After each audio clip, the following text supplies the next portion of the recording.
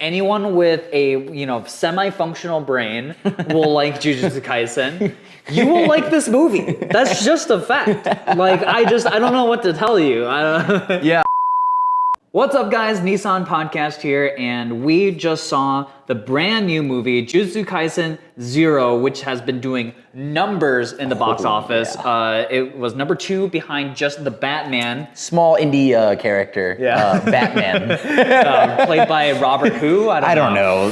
Some bat. He was a bat before. I don't really know. Something like that. Something close to that. And yeah, so Jujutsu Kaisen Zero has made almost 19 million in its opening weekend, which trails just behind Demon Slayer, which is like the former anime king. Right. So it's doing super well. We just watched it. I watched it last week. You watched it last week. Yeah. It's only been out a week, so this is coming out hot. Right. Yeah. I mean, I couldn't wait. I know that I was. So I went and watched it. I was like traveling around like over out of town, and I was like, you know what? I got to take the night off. I got to go. I got to set time aside. I got to see this. I can't wait. Right.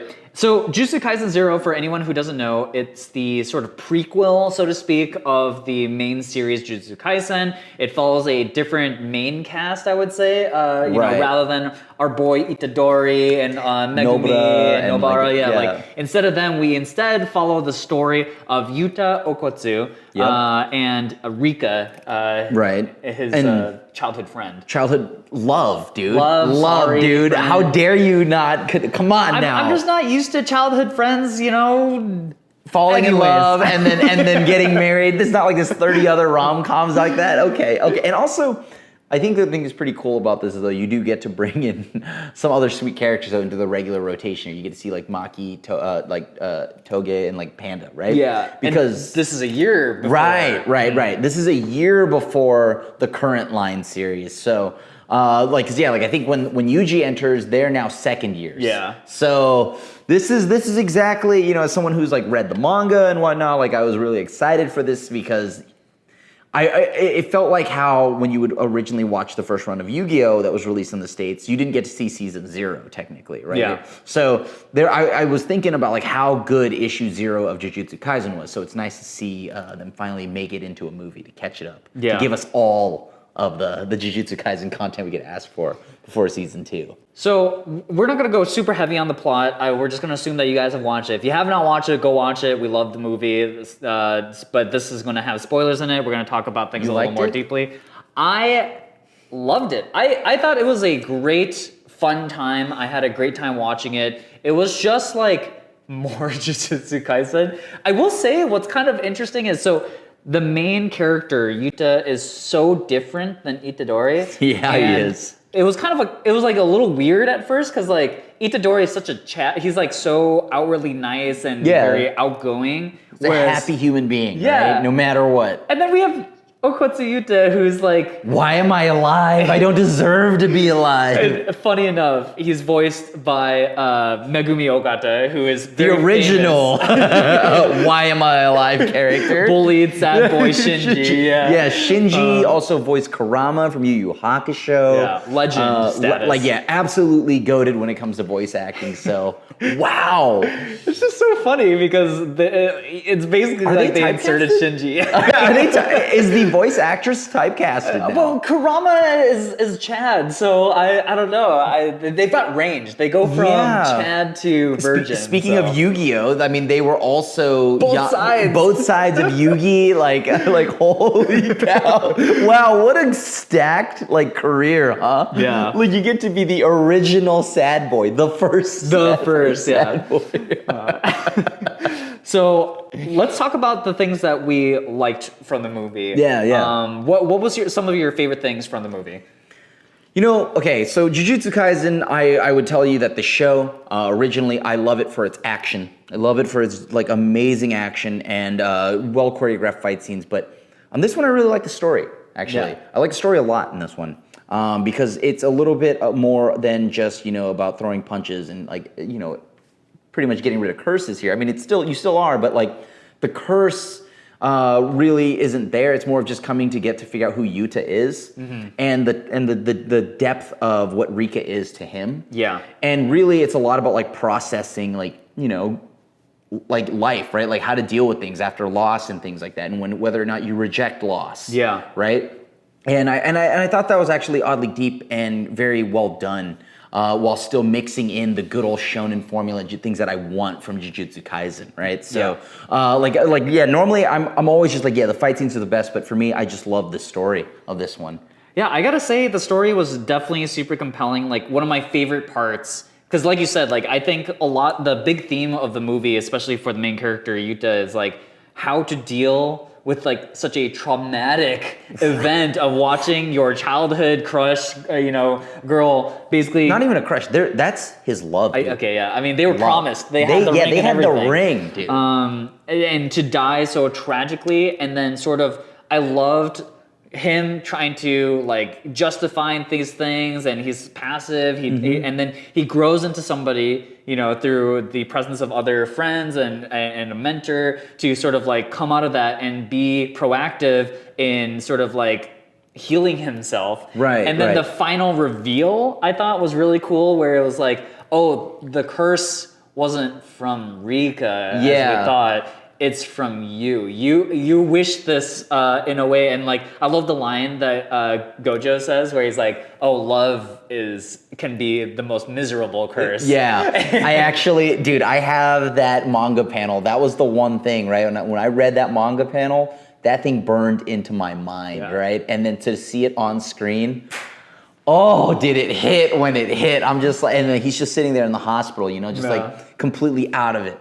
It was very moving. I really, really liked who Yuta was. So I in the theaters, I saw people crying. I heard the sniffles. I couldn't be me. That's weird. Yeah, that's crying weird. People crying to cartoons. Yeah. Come on. But yeah, I besides the things that we liked about it, let's talk about some of the things maybe that we wanted more from the movie. Things that So I'll start on this one. I don't know if it was the theater or the movie itself, but like the sound felt a little off. It wasn't like the music was like weird or anything, like, because I always loved Jujutsu Kaisen sort of like music style that they choose for it. Like I love the upbeat rock, but for some reason in my theaters there were just like some like shrilliness in some of the sound effects and like the voices, and I don't know if it was just the theater I was in, but I that was definitely something that was kind of jarring for me. We saw it in separate theaters, so I did not experience whatever that was. I mean, that sounds bad, man. That sounds like a theater thing. So maybe it's just an excuse to watch it again. Oh no! Oh gosh, that's so weird. The sound was wrong. I guess need to watch if you want to just go and ask me to go with you, you can just ask, dude. I'm not gonna call you weird. But yeah, like I think it was like I didn't experience that. I mean, it's either that or you were watching Black Clover and Asta was speaking. So it was one of those too. Yeah. So outside the technical stuff, just like when I was watching the movie, I kind of got the sense of like I just wanted more from a lot of things, and then that's like wait. So that sounds okay. That sounds kind of like right. But it is, but also it isn't. So to kind of like explain that a little bit more, I felt like they made a conscious choice to choose certain people to give little cameos to, just to like be like, hey guys, remember these people, right? Aren't they cool? But I kind of wish they just took the cast, just made it smaller, more focused, and got a little bit closer to some of the characters. And like I thought two of the characters that really suffered from, I think, lack of screen time was Gojo and Geto. And Toto. Toto. But the thing is, like, Gojo and Geto have such a clearly complicated relationship. And again, maybe they explain this more in the manga later on. But it was so clear their relationship's very complicated. And I wanted to see a little bit more on that. But not only that, I just wanted to see more of their power, right? Like they made a big deal of like, there's only 4 special class sorcerers that exist. Right. And we see 2 of them. And I wanted to see it. I like, we saw a little bit, I think, of each of them, right? We saw Gojo do one attack in the city, and that was it. Gojo fighting the dude with just a bunch of lashes. Yeah, I was like, this is not balanced, man. This is not balanced. Like, you're like Captain Marvel versus like Spider-Man. Not like, even Spider-Man. It's like Captain Marvel versus Pizza Guy 1, right? Like mildly muscular pizza guy number 1. So like I just wanted more out of it because like I understand in the movie he's trying to waste Gojo's time, but like I ruined my immersion. There's no way he would have lived that long. I loved, by the way, the choreography when he like does the multi-attack and he just like, it reminds me of the Metal Gear Revengeance meme where he's just like dude, I had my jaw on the wall. I was like, dude, that's so sick, dude. It's so good. Like, but we're talking about what we did. Yeah, like. I'm sorry, we're getting off things we didn't like about the movie. Okay, so I will say my one big like negative overall in the movie was the ending. And we'll talk about this more about like the prequel overall, but like I fully expected Yuta to die because they made it such a big deal that like, you know, when he finally lifts the curse, he's no longer gonna be a sorcerer. So they made this like kind of like ultimatums that they've put down in front of him. And then at the very end, for his nakama, he sacrifices, you know, he gives Rika everything, he says, right? Yeah. Like my dreams, my soul, my everything. And gives it all to her. Okay. Cut. We need to cry. Take pause. So yeah. Anyways,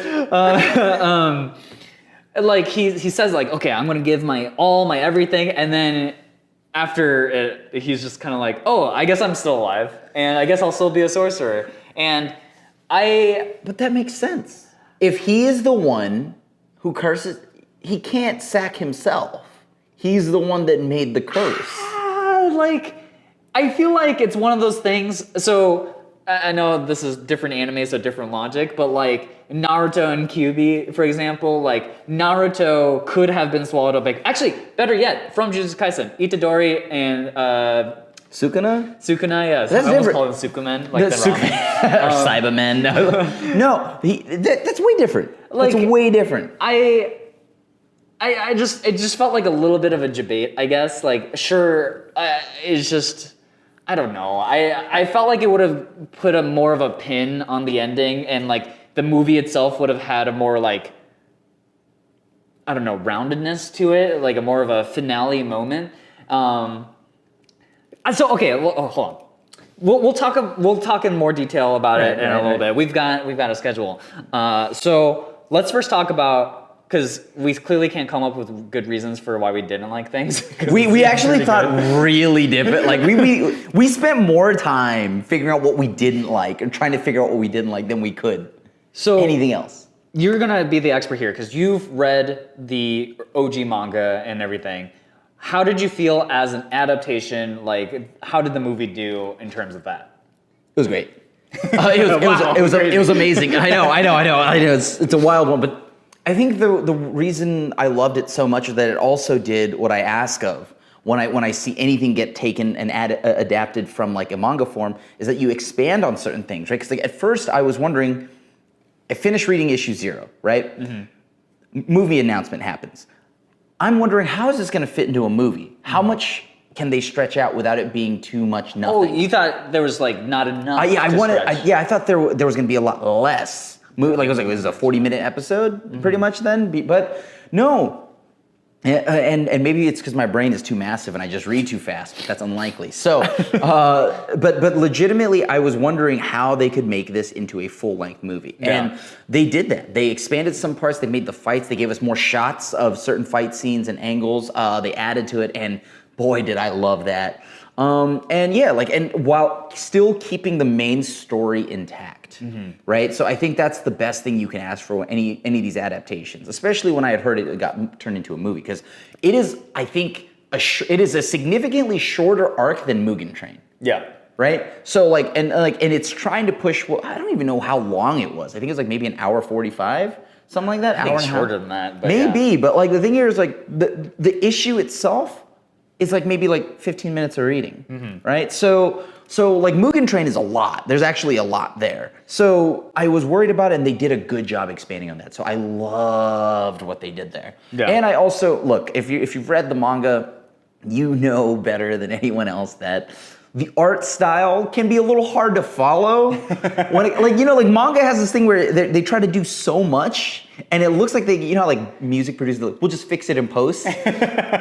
I feel like they do that now in manga. We'll fix it in the anime. Don't worry, right? Because a lot of the fights that are going on in the artwork, I'm just like, wait, what is this? Is this a limb? What is this slashing line? What is this? What is like, okay, sure. But so they did a very good job of bringing those fights to life, making them better, making them more comprehensible. Like I have an idea of what's going on. I can follow along. Yeah.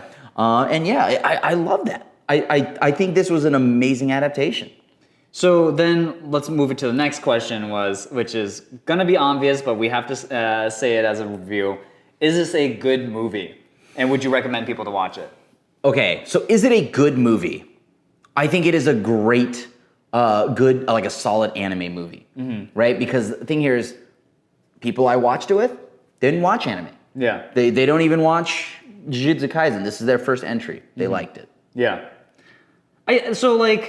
It's weird because, I mean, that's a good perspective because, like, obviously I've watched Jujutsu Kaisen. I'm a fanboy, clearly, so. I think as a standalone movie, it's good, but not, like, amazing, like, fantastic. It's not like not Ghibli, right? Like, it's not Ghibli. It's not, like, Your Name or Koino, because, like... Well, those aren't serialized, right? Like, those are just meant to be movies on their own, right? But in some ways, too, I almost feel like Mugen Train has a more complete arc around, because they have a true ending to that arc in that series.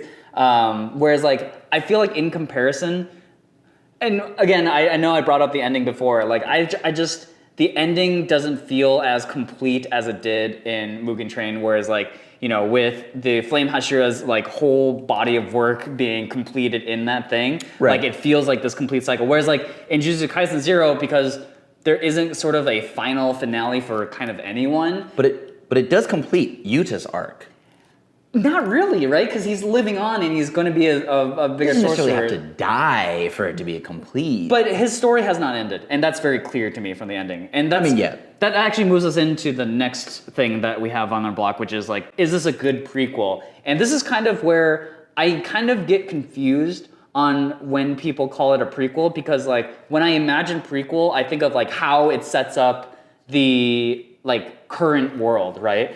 And it sort of does, like in that, like we understand why Geto is the way he is in the anime, and how he's a sorcerer, but he's kind of like left behind the other sorcerers. Why Gojo is so feared, all that, like you know, that's all like kind of there. But Yuta has not appeared yet in the anime. I use yet because I know that like manga readers have said that like, you know, he has a influence on the story later on. He's a very big part of the story later on, but it's not a great prequel in that like it doesn't fully lead directly into the main story. It's almost like if I also visualize this, it's like here's the main story, here's the prequel, and here's how they connect, right? It's like this kind of like missing gap. And so it feels like I almost wish that this movie came out a little bit later so that we would have gotten to the part where like Yuta exists again in the main series, and that way like there's some connective tissue. And that's where like as a prequel, like I'd almost not want to recommend people to start with this and then move into the main series. It's almost like you should start with the main series, get to where we are today, I guess, or the next season, and then watch Jujutsu Kaisen Zero when like things connect a little more. That's just how I feel about it. That's just like the backstory behind issue 0 and how it exists is that it wasn't meant to connect. Like it almost feels like they call it a prequel, but it feels like this was originally written almost like a one-off, right? Yeah. He didn't like Gigi Akutama. They didn't know that there was going to be more, right? So how Gigi had to go back was they went and rewrote it and then made a new cast that you can follow, right? And that's where Yuji, Nobara, and all of them like come along, right? So I could see why, because it feels like there's almost no connection other than the fact that some of these characters, right? you'll see them in their earlier state. You'll see Maki in their earlier years, right? But Yuta himself is not the main character. I think that's the hard part here, right? If it followed directly into Yuta as opposed to Yuji, that's different. Yeah, I don't know. Maybe I need to rewatch the anime series too. I don't know if they make mention of like Rika and like the previous incident with like a gigantic demon harboring a curse within like a sorcerer's body the same way Itadori. But because it doesn't come straight to mind, it like, again, it just feels like it's missing a little connective tissue, which is, it's fine. Like, I know it'll eventually loop back around, right. But like as a prequel, I just thought it was, yeah, I don't know, man. It just gives you the world, right? It oddly enough gives you, it's a prequel for everyone that isn't the main character. The main cast, right? Yeah. So like that's the main thing. You see Gojo, you see a little bit more of him and his bond with like Gito, but like not enough, right? I'll admit that's one of the issues I had. Yeah. But I know as the manga reader that's gonna get resolved, right? So there's a little bit of a difference here because I'm going in with like just knowing already, right? So in the dark, I could see why that'd be problematic, and I want the same too. I want more Gito and Gojo. And I could see why the Yuta part, like the disconnect is that Yuta isn't Yuji. And he's lived on, right? And then the post-credit scene, which there is one. Yeah. So stay to the end. After.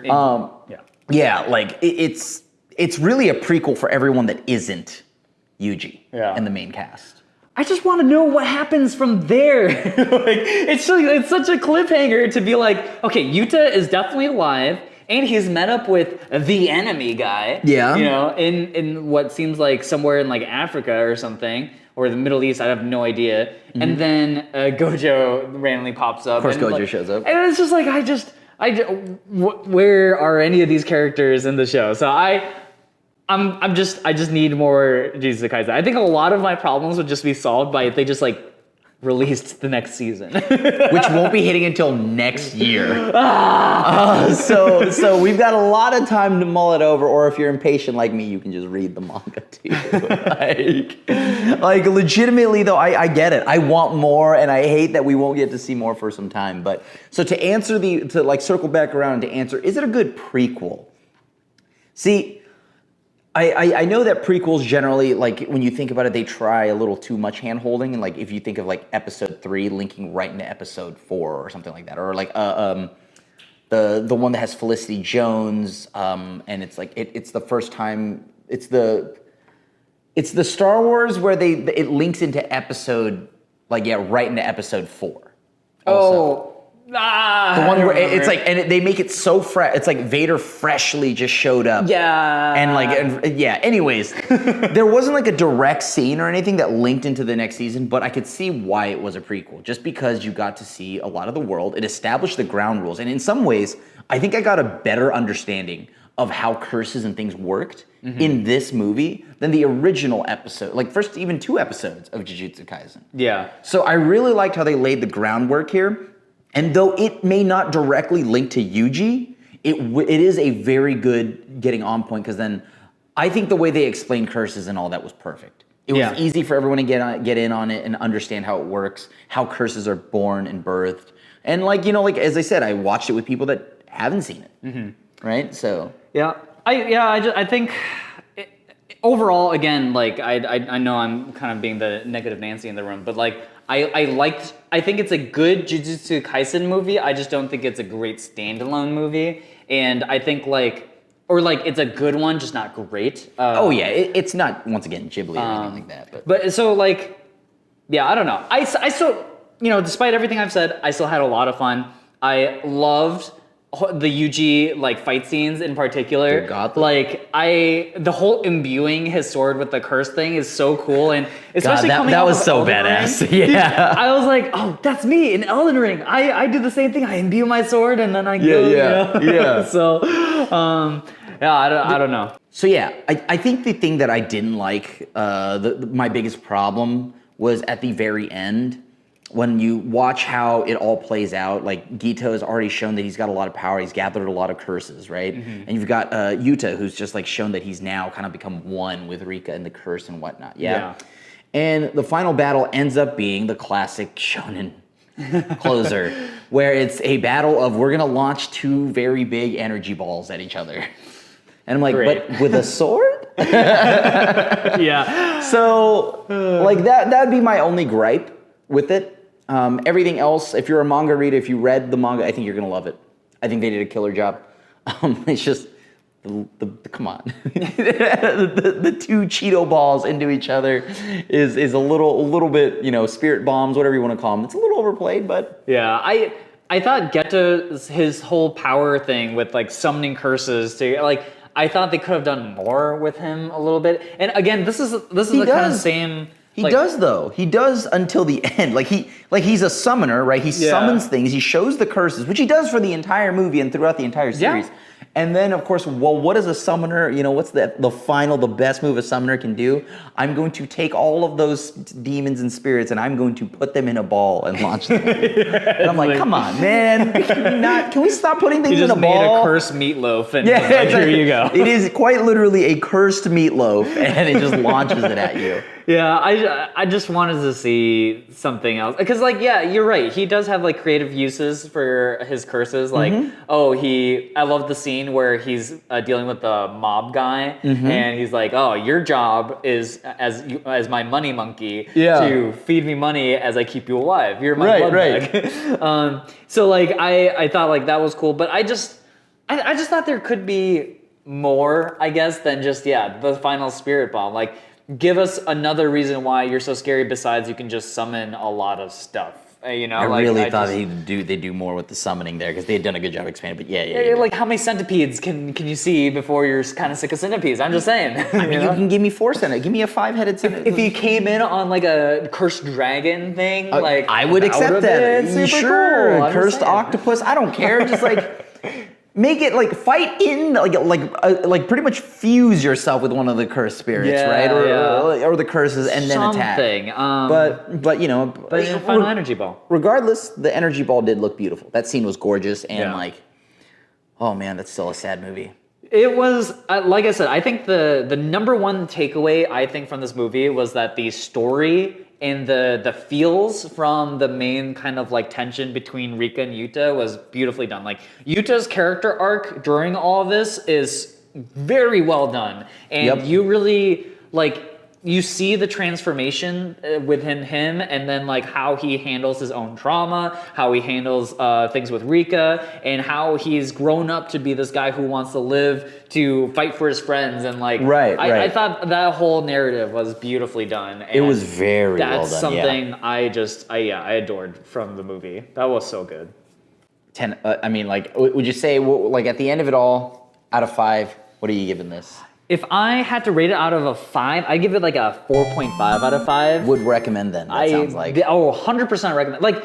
If you like Jujutsu Kaisen and anyone with a, semi-functional brain will like Jujutsu Kaisen, you will like this movie. That's just a fact. I don't know what to tell you. Yeah. If you're a fan of the series or the manga, you'll love it. Yeah. And then I guess at the end of it all though, so now, would you recommend this to someone as the starting point? I'm gonna say no. No? I am gonna say no. I know you were talking about how they did a good job explaining the curses, kind of for fresh eyes. But I thought there was a little too much fan service for the people who really like Jujutsu Kaisen that it sort of, in my opinion, kind of takes away from it being a standalone movie. You don't know why it's important that we saw Todo and his mention of this random person you have no idea who they are. You don't know who blue-haired samurai girl is and her significance. And even Gojo, who is kind of this ethereal character who only gets really one demonstration of how powerful he is. You don't get the same sort of reverence that he gets in the main show. Right. So I think overall, I still think the show is the best start for it, but it's as a holdover for a hangover where you need more Jujutsu Kaisen, the movie does the trick really well. Okay. So that's how I feel about it. Yeah. How about you? I mean, I think that it can be confusing if I show you this and then you go in and you see this pink-haired dude. Right? Who are these? But the nice thing here is that you'll see some of the cast return. And so I still think it's equally just as enjoyable.